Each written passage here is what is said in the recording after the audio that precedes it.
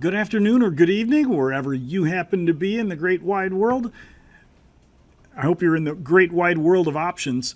Today we have a wonderful presenter, Mr. Dan Passarelli, who is an author, trader, and former member of the Chicago Board Options Exchange and the CME Group.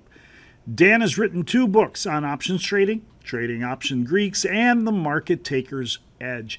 He's also the founder and the CEO of Market Taker Mentoring, a leading options education firm that provides online options education, options newsletters, and personalized one-on-one coaching for option traders. Today, Dan's topic is a revolutionary approach to covered calls. Remember that everything we talk about here at TradeStation in our educational webinars is, of course, for educational purposes only. All the symbols and all the trading ideas that we discuss here are for demonstration purposes. They're not recommendations. And this presentation is not an offer or a solicitation of any kind in any jurisdiction where any TradeStation affiliate is not authorized to do business, including but not limited to Hong Kong and Japan. Remember that active trading is not suitable for everybody, and options trading carries a high degree of risk. It may not be suitable for all traders. Please read the disclosure information in those PDF handouts that I've posted in the chat panel regarding the characteristics and risks of standardized options, a brochure that has been created by the Options Clearing Corporation, and another document regarding the other asset classes that we trade here at TradeStation. Which brings me to Dan's opening slide here, a revolutionary approach to covered calls. I want to welcome Dan Passarelli today, and I hope that you sit back, take notes, and pay attention.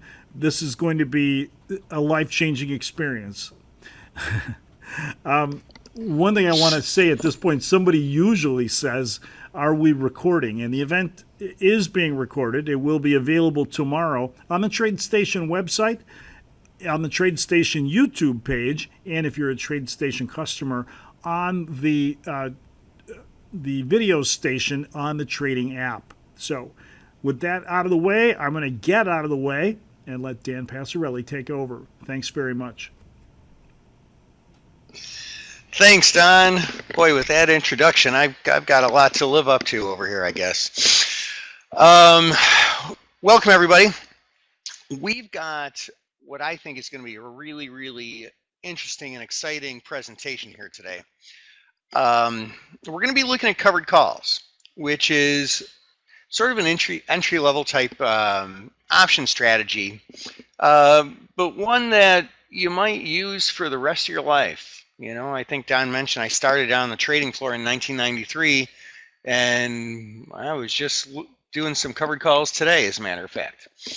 So that being said, this is something that you can take with you for life, and I think you're really going to enjoy it.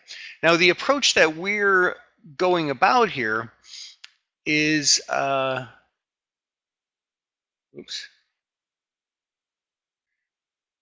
maybe a little bit different of an approach than, you know, if you already trade covered calls or have learned about them in the past. This might be a little bit different than things you've seen or heard before, and that should be very exciting. All right, Don already read this. We can move beyond that. So how many people have ever been in this scenario? You own a stock and you decide to write a covered call on it, and the next thing you know, the stock that you own rises. It goes up in value, and you're worried and you're wishing that the stock that you own would fall because it's through your covered call strike price. How many people has that ever happened to? If you've traded more than a handful of covered calls in your life, you're sitting there saying, yeah, me, I'm that guy. I've had that experience before. And it doesn't really make any sense, does it? Not if you think about it. But nonetheless, that's how very often our minds end up working. So I want to challenge everybody to approach covered calls maybe a little bit differently than you have in the past. And I want you to think more about your objective for covered calls. Sort of go deeper into the plan before jumping into the trade. And first set up an objective. Now, what we teach our students here at Market Taker Mentoring is the 80-20 rule for covered calls. And that's a little bit different than some 80-20 rules you've heard before. It's not Pareto principle. What the 80-20 rule for covered calls is that 80% of the time, your objective for having a covered call is to get assigned. And 20% of the time, your objective should be to skate, which means to not get assigned. Now, this already probably sits a little differently with some people. I think right now some people are saying, wait, what do you mean get assigned? Isn't that a bad thing? Well, it doesn't necessarily have to be a bad thing if it's part of a plan. In fact, it could be a good thing. It could be the thing that you want to have happen. So, since this is my first time with many of you, let's go into a brief little introduction, make sure that everybody's on the same page as to what covered calls are. Covered calls are when you own stock and then you sell short a call on that stock. Typically, it's an out-of-the-money call. Not always, but typically it's an out-of-the-money call. Now, I know also some people might, and this is sort of part of the little bit more revolutionary approach, I guess. Some people will say, well, I don't do it on stocks I already own. I'll buy the stock today and at the same time sell the call and do it as part of one trade. That's technically called a buy right. And I'll tell you what, I don't usually like doing it that way. I think usually if that's your objective and your objective is to skate and not get assigned, there's probably another option strategy out there that's more suitable for you, that probably gives you lower risk and greater return and would work better to meet those objectives. So again, we sort of go back to this idea about objectives. Covered calls are generally considered a conservative, investor-oriented strategy. A lot of our presentations with Market Taker are for those really active traders.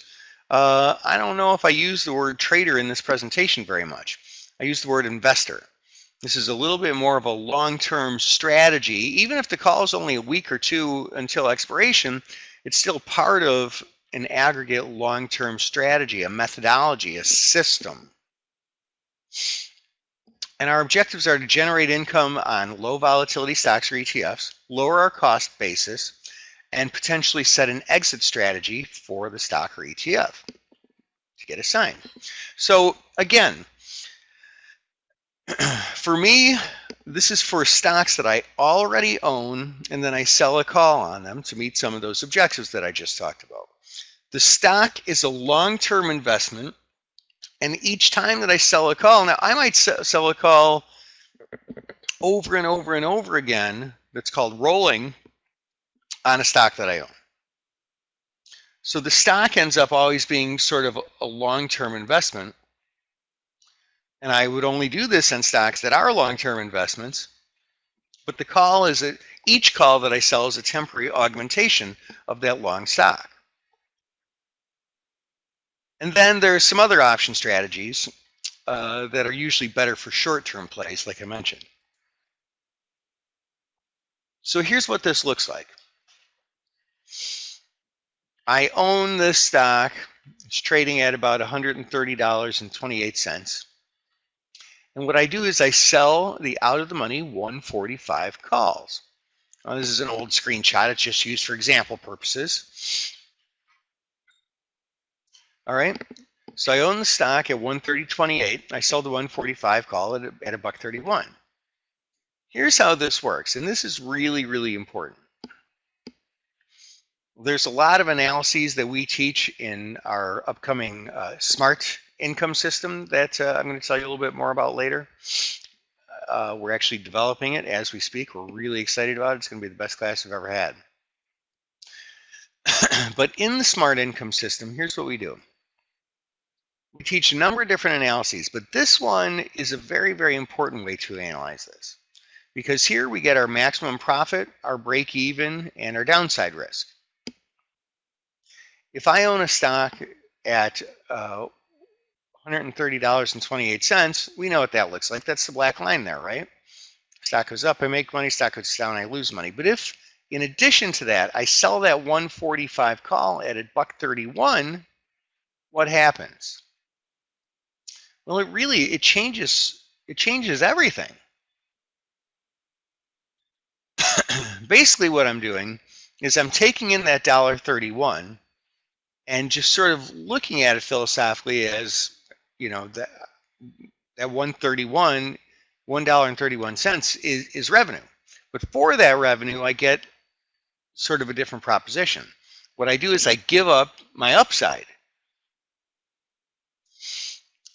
If the stock rallies above $145 a share, then what happens is, if it's trading above 145 at expiration, that stock could be what they call called away, and I would get assigned. I would have to sell it at 145 bucks.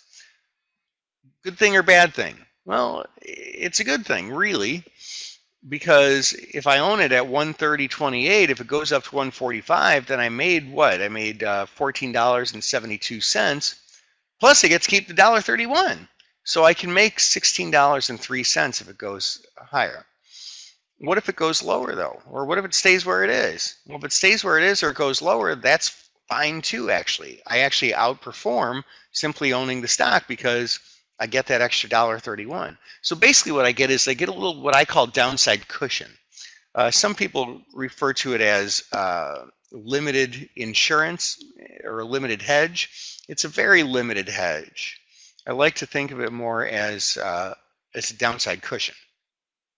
Even if the stock falls drastically, if it's a stock that I was planning on holding anyway, it benefits me because I might lose if the stock goes down too much, but I lose less than I would have if I didn't have that $1.31.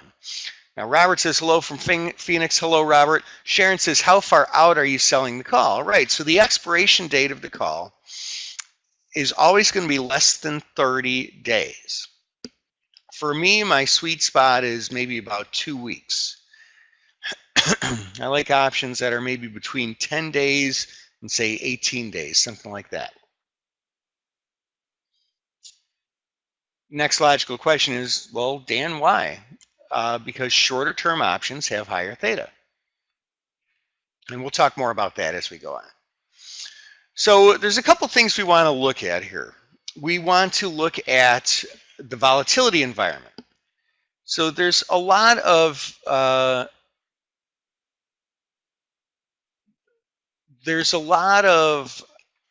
sort of paradox that goes on when we start talking about volatility in covered calls, because usually we want a low volatility environment. If there's a stock that, you know, has a potential of going really high or really low, you know, making a big move, a covered call might not be a really great candidate. So if it goes too high, I leave money on the table. I limit my upside potential. If it goes low, yeah, I got that extra cushion, but I could still lose money. So the thing is, though, is that I have, and we're going to look at this later, implied volatility, which is sort of a trade-off. I'll just kind of throw that out there for right now, and we'll cover that in greater detail in a minute. So we could have a couple of different goals. Our goal could be to make money on the call premium and keep the stock. That's to skate, which is about 20% of the time we're going to have that goal. And 80% of the time, the call is going to be an exit strategy for the stock. We want to get assigned.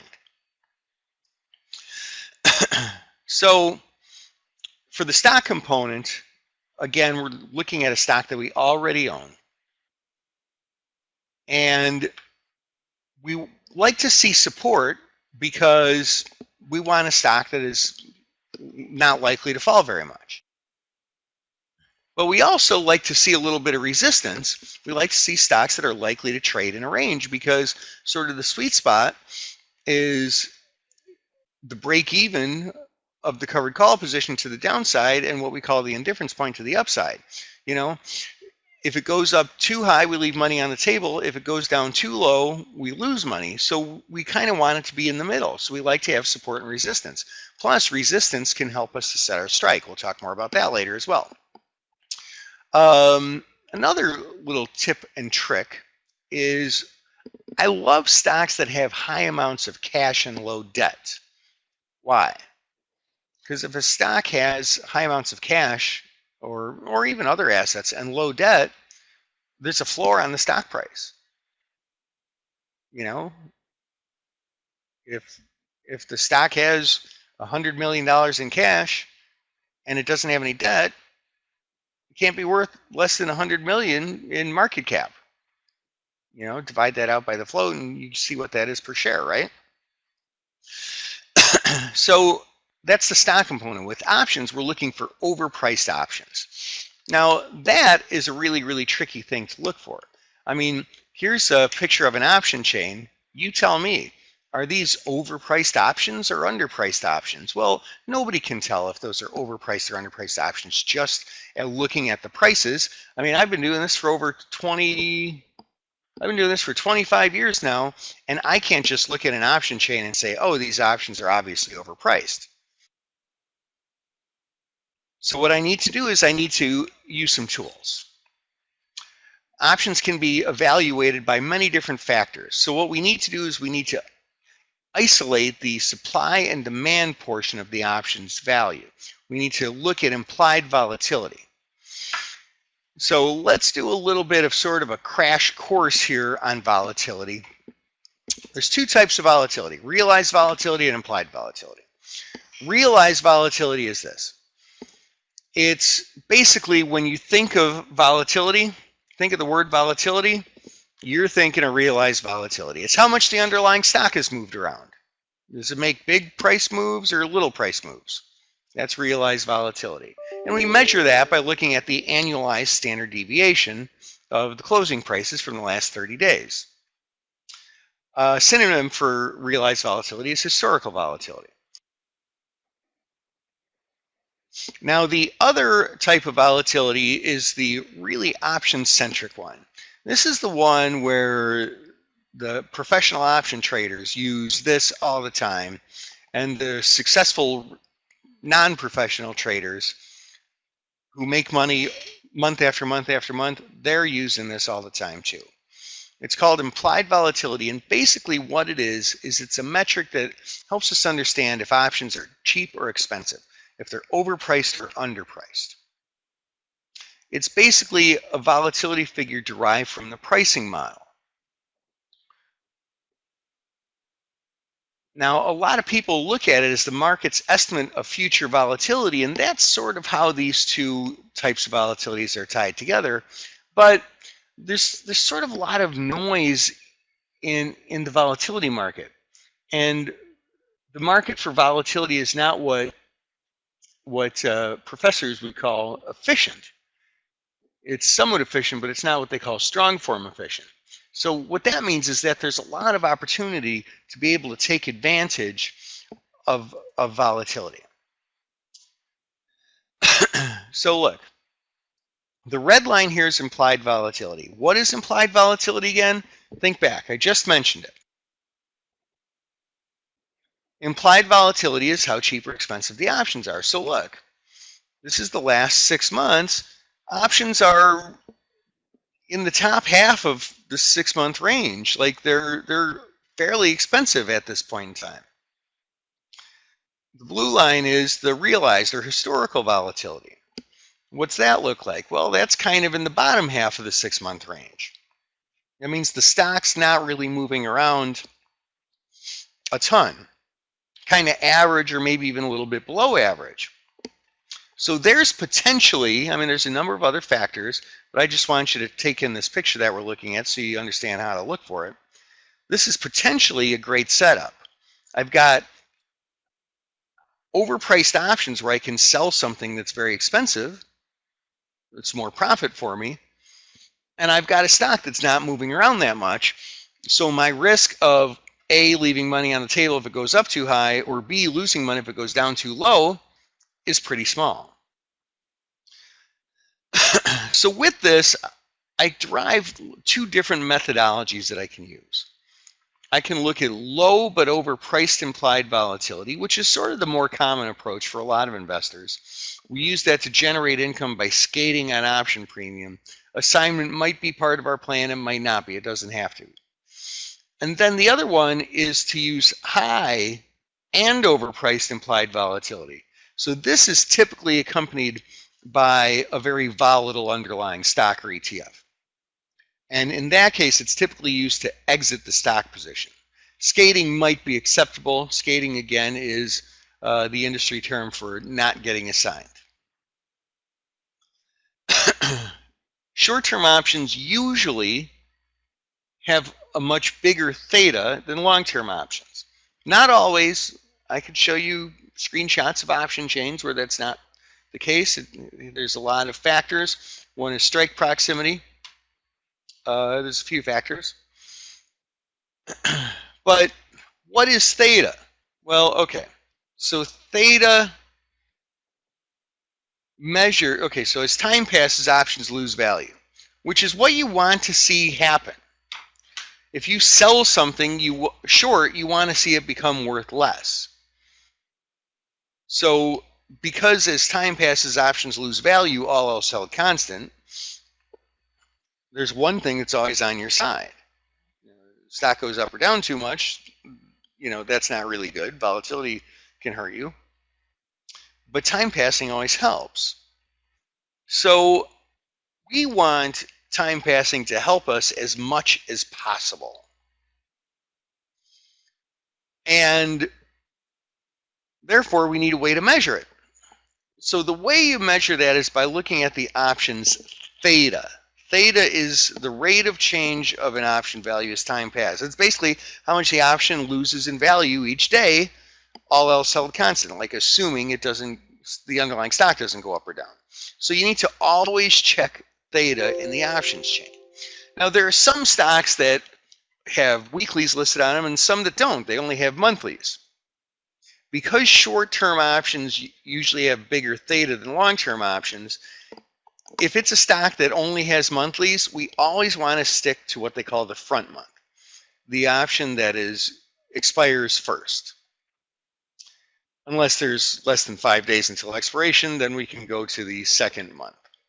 But if there's weeklies, that opens us up to having a whole bunch of choices. We can do a 1 week, we can do 2 week, 3 week, or 4 week. And the ones that have the intra-week weeklies, that list on Mondays, Wednesdays, and Fridays, then there's a ton of choices.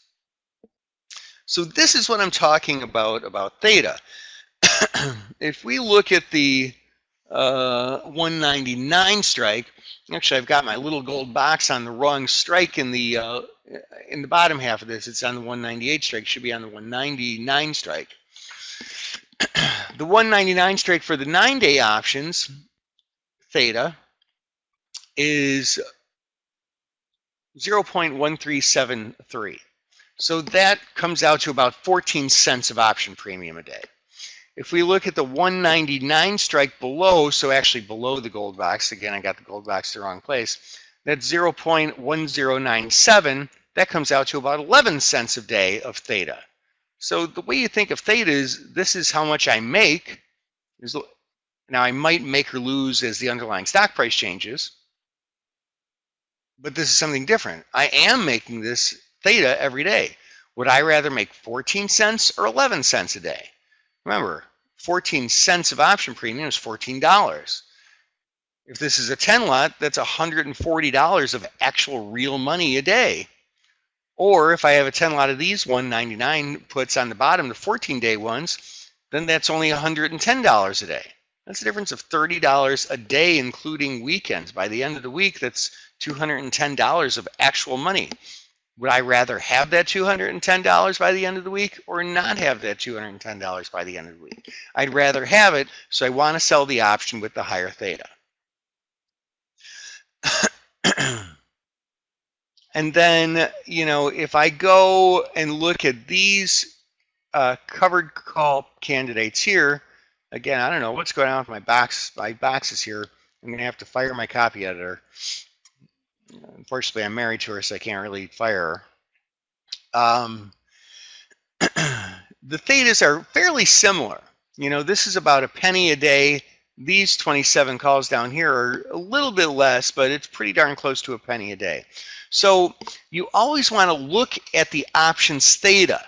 This is, again, part of that approach. There's a lot of traders out there who do it, but for some people who are newer to this, who maybe haven't been enjoying success and wonder, hey, why haven't I been enjoying success? This could be one of those very small factors that can make a really, really big difference. So always analyze the options theta. And then if there's monthly options, there's probably tight liquidity. I mean, we don't know that for sure. It depends on a lot of factors, volume, and how many people are trading it. But we're pretty much limited to the front 2 months, because otherwise the theta becomes way too small. With weeklies, sometimes they can be more liquid, although again, not always either. And we've got many choices, so that's really, really helpful. I love covered call candidates where there are weekly options available. Another advantage to selling shorter term options besides theta is it's a shorter period of risk, and this goes for cash secured puts as well. I would rather have on this short option position for a shorter period of time, and then, maybe I'm looking at a chart and I think, man, I think the stock's going to be in a range for a while. I'd like to have on a covered call for a month or two. That's fine. I might still sell a 1 week or a 2 week or a 3 week call, and then when it gets close to expiring, I might just roll out to do it again, to keep it on for another week or 2 or 3, and maybe do it again, keep it on for another week or 2 or 3. That's called rolling, and one of the real benefits of that is I can what I like to call adjust the strike. Because today, if I sell a 1 month 50 strike call, I've got the 50 strike call on for a month. But if I sell a 1 week 50 strike call, and a week from now the stock's closer to the 50 strike, well, when that call is going to expire, I can buy it back for a nickel or something like that, and then maybe sell the 51 strike or the 52 strike call. When I do my rolling to perpetuate the trade, I don't have to go to the same strike. So selecting the strike, and in the MTM Smart Income System class that I'm putting together as we speak, I've been working on it for the last few weeks. I just wrapped up the section on selecting the optimal strike. The strike must be conducive with your objectives. Is your objective to skate and not get assigned? If it is, the strike should be at or above resistance. Or you should set the strike at a point where you think the stock might get just about up to but not through. If your objective is an exit strategy to get assigned, then we do it in such a way to maximize our premium. Like, where would I like to sell the stock? Where do I think it can get to so that I can get some appreciation on the stock price profit, but still take in a nice meaty premium and make a profit on that too. Now, Atanu, I know you've been in my presentations before, and right now my mind is blanking. I hope I said your name right. Says, but doesn't a vol spike change theta as Vegas supersedes everything? A vol spike does change theta. Yes, it does. So that's one of the reasons why we always want to look at a volatility chart. Because a volatility chart, if I'm always selling high volatility, my theta is going to be higher because of that. Now, if I sell the call today and then there's a vol spike afterwards, that's fine, but the definition of a vol spike is it goes up and then it comes back down. So I'm probably not super worried about that except of course for the implications of why there was a vol spike. Is it because there's some big news or because the stock dropped a lot?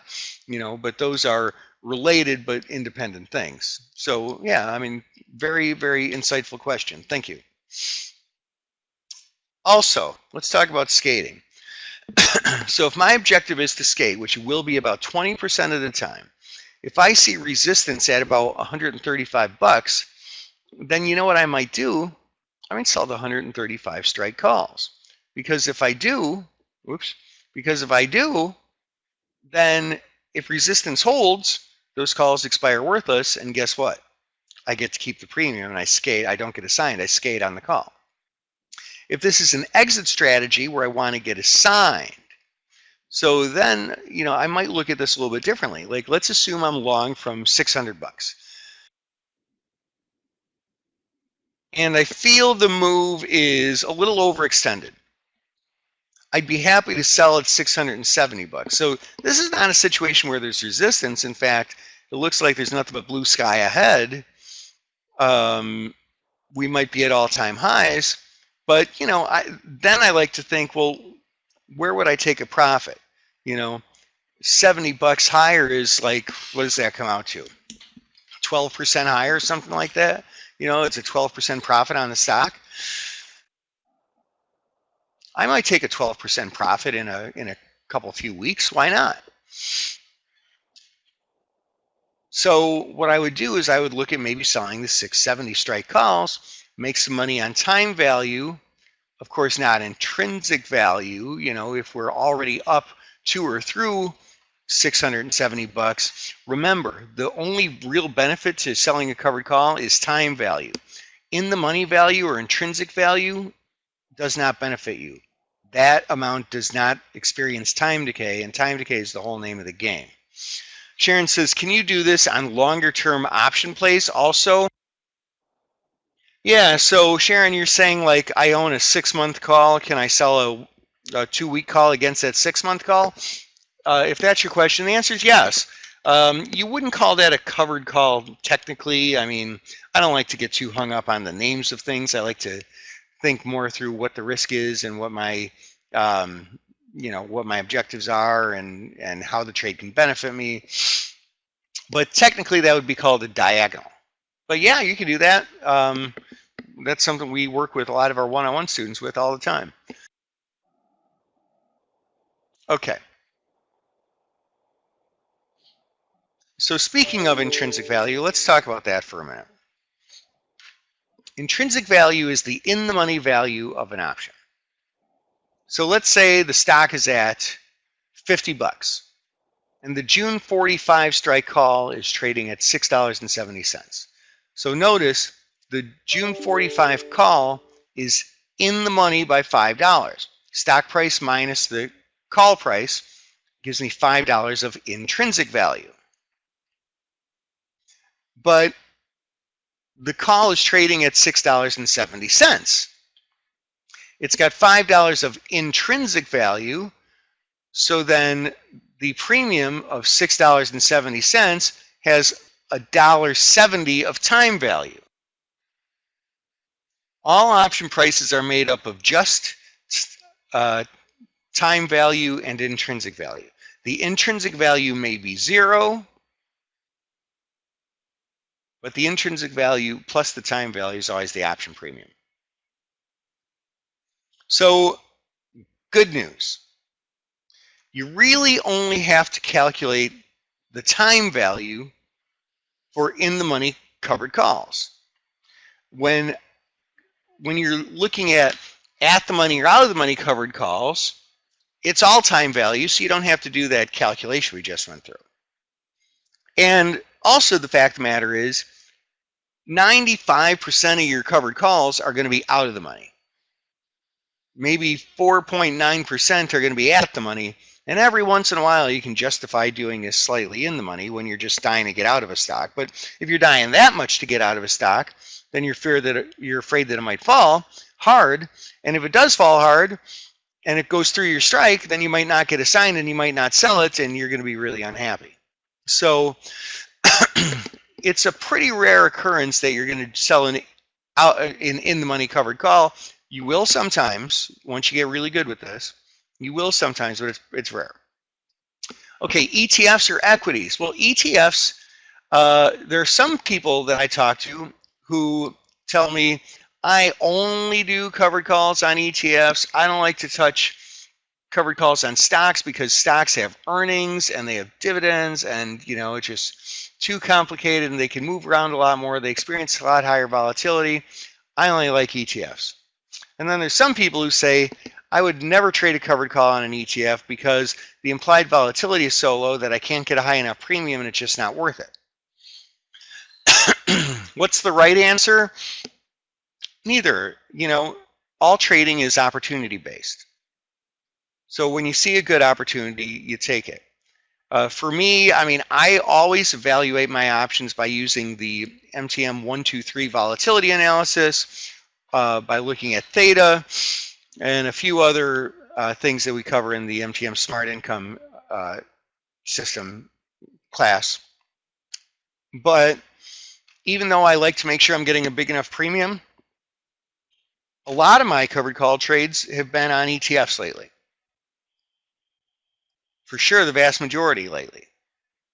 It's not that I love ETF covered calls over equity covered calls, but it just, I have been able to find really good opportunities. So covered calls are very viable, whether it's ETFs or individual equities. What about cash secured puts? Well, cash secured puts are this.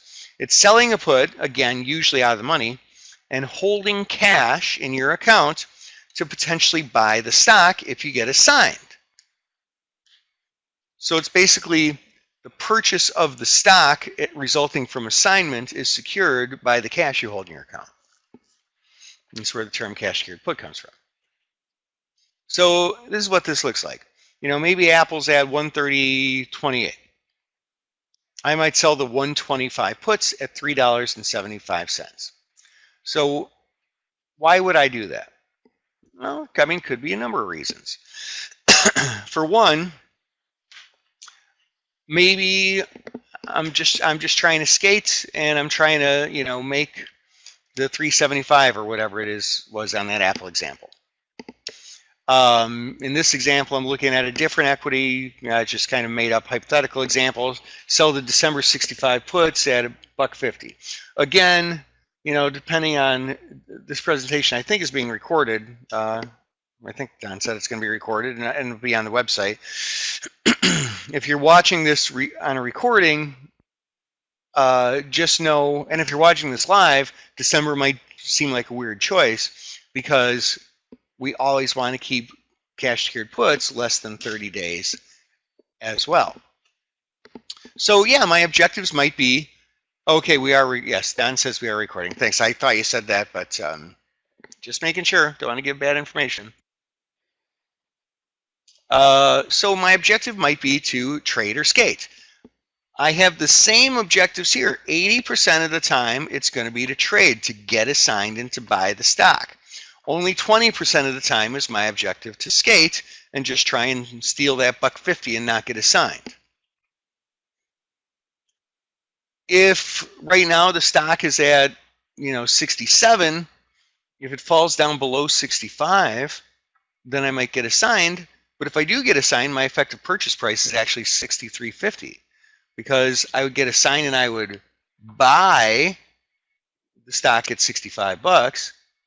But I also have that $1.50, so it's like I'm buying the stock at $63.50. So if the stock's trading at 54, I get a discount. If the stock's trading at 60, then that's not what I wanted to have happen. But if I put it in a limit order to buy it at 65 and it falls down to 60, I'm in the same boat. So arguably, the cash secured put is a better way of getting into a stock. Now let's see. JP says, Dan, Vega, which some academics call kappa, and expected volatility are the same thing, right? Okay, so, well, no, I mean, Vega measures the influence of changes of implied volatility on an option price. So if implied volatility rises 1 point, how much does my option price go up by? Well, I look at my Vega and that tells me. So they're not the same thing. They're related. You know, they're sort of two parts of a story. Your second question, holy cow, 2 questions. Expected volatility and implied volatility are the same thing. Is this also correct? No, that's not really technically correct either. I understand exactly why you're asking that question, because some people will say they are the same thing, but they're not right.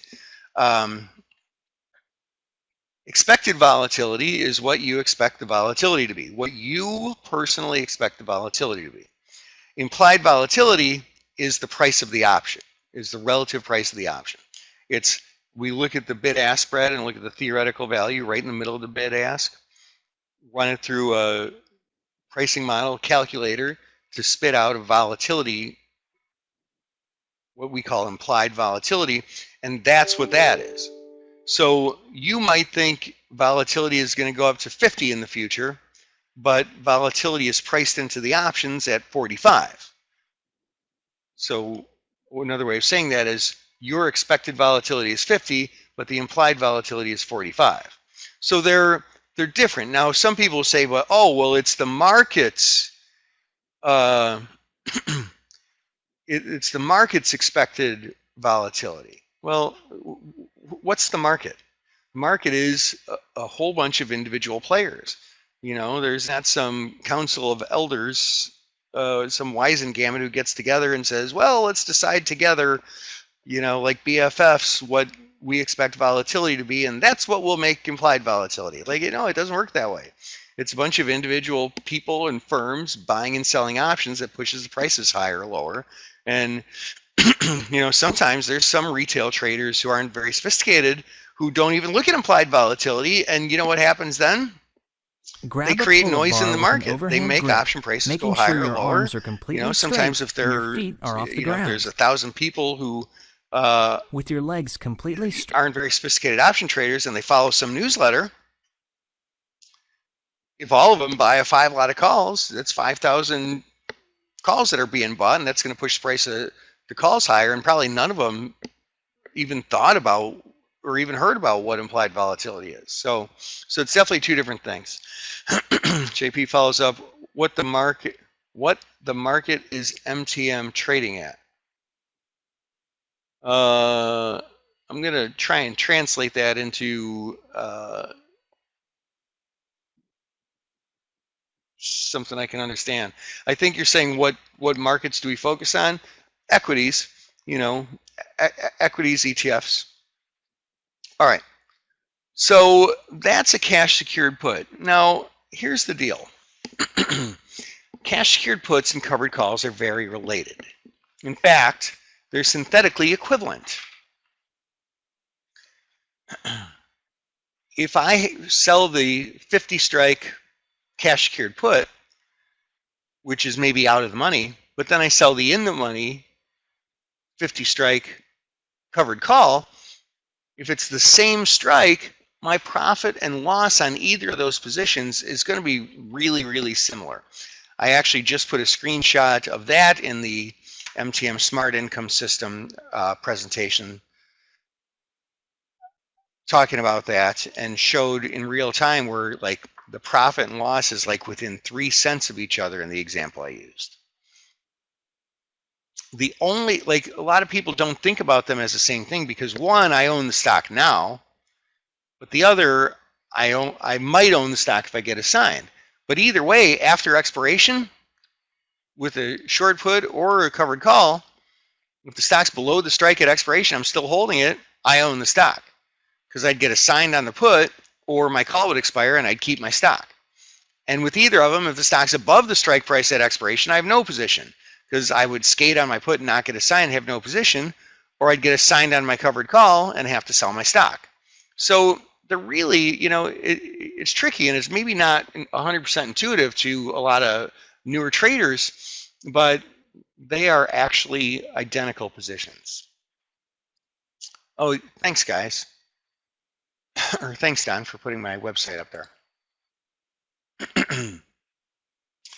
Jay, I'm going to hold off on some of your questions because otherwise it's going to interrupt the flow of our presentation and everybody's going to be mad at you. But I will answer your questions when we get to the end, okay? So as far as constructing the ideal covered call, the volatility environment, we usually want, we talked about this before, we're revisiting this. We usually want a low volatility environment, but we might be okay with a higher volatility environment. Both have advantages. So basically what we need to do is we need to focus on our goal. We either want to, well, the first step in our goal is always deciding, is my goal to skate or trade? Is my goal to get assigned and, sell that stock that I own? Or if it's the case of a cash secured put, is my goal to get assigned and buy that stock at a lower price? Or, which should be your goal about 80% of the time. Or is my goal to skate and just try and make a little money on the premium?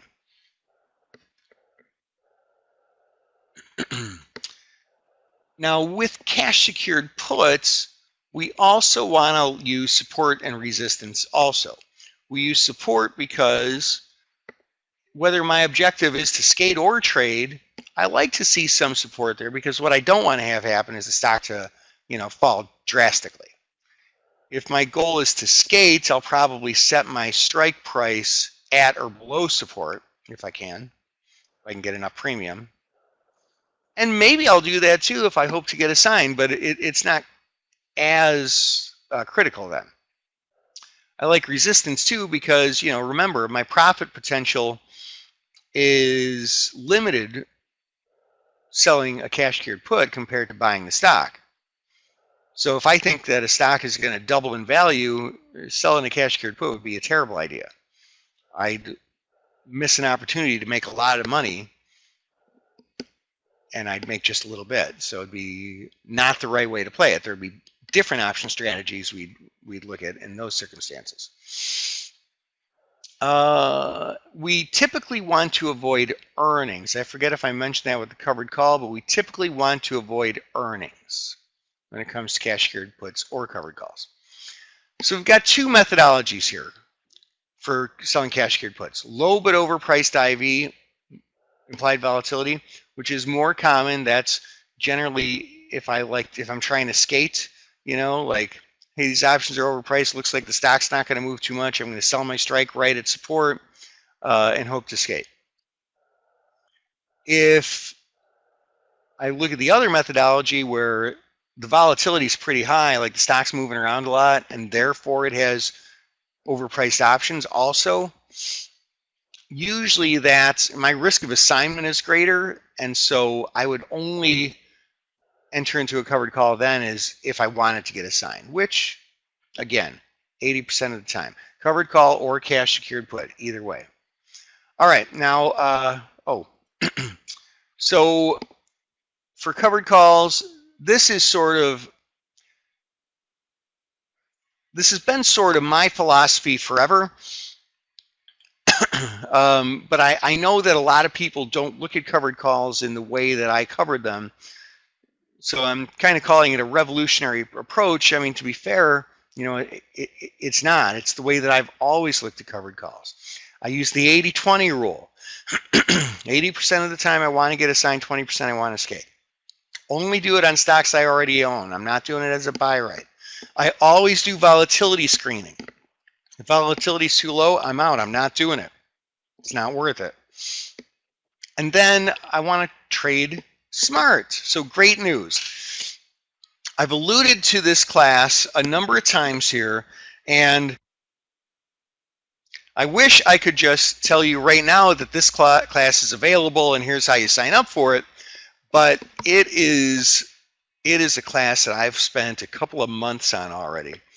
It literally shows you exactly step by step what to do to trade covered calls. It's got everything we talked about today and a whole ton more in it. And it makes trading covered calls and cash secured puts a breeze. I mean, we even cover a little bit of credit spreads too. It makes it so easy to follow, and it's foolproof. It's just an easy to follow system. So I think our date that this class will become available is probably September 22nd. This is a class, if you got something out of today's presentation and you're hungry for more, this is a class that you're going to want to at least learn a little bit more about. So do this. Go to markettaker.com/smartweb, because we're going to have a webinar that's going to talk about the MTM Smart Income System. And I'm going to explain what it is and show you how you can sign up for that class. So we're going to put you on a list. If you go to markettaker.com/smartweb, you'll be on our list and you'll be the first to know when the webinar, the free webinar is going to come out, where we tell you about the Smart Income System and give you an opportunity to buy the full class. So I'm going to take a couple of questions. We've got, maybe 5 minutes or so. JP, my man JP here says, implied volatility is what the market is trading at, as contrast to one's individual belief of what the expected premium is. That's what I was saying in shorthand as to your excellent explanation of the difference of the two. Yeah, okay, so I for a minute there I thought that was a question. It's not a question, you're just telling me your philosophy. If that were a question, I'd say your comment is very close. It's still not really exact, because there is no market's expectation. You know, that's sort of a fallacy. It's a lot of individuals buying and selling options that moves the price higher or lower, which leads to the implied volatility figure. And those decisions by all those individual people may or may not be based heavily on their expectations of future volatility. So it's really not the collective that sometimes in some textbooks it leads you to believe. So I steer our students away from thinking that way, because it kind of convolutes the story, and you end up missing really great opportunities.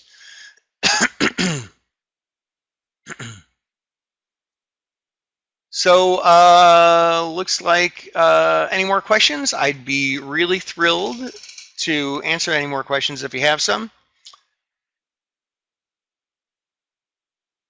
Looks like we're all good. So yeah, again, if you're interested, definitely go to markettaker.com/smartweb. It doesn't cost you anything. There's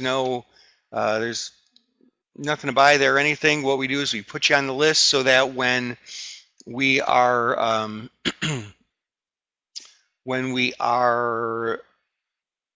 ready to unveil this really cool new class, you're going to be the first to know. And in the interim, we'll put you on our newsletter list so that once a week on Sunday nights, you're going to get a great article on options, so that you learn a little bit in your spare time. If you have time to read it, great. If not, just delete it and read it next week. We also give you information about what's coming up in the market and give you the opportunity to join our Monday morning meeting. Lots of really great stuff.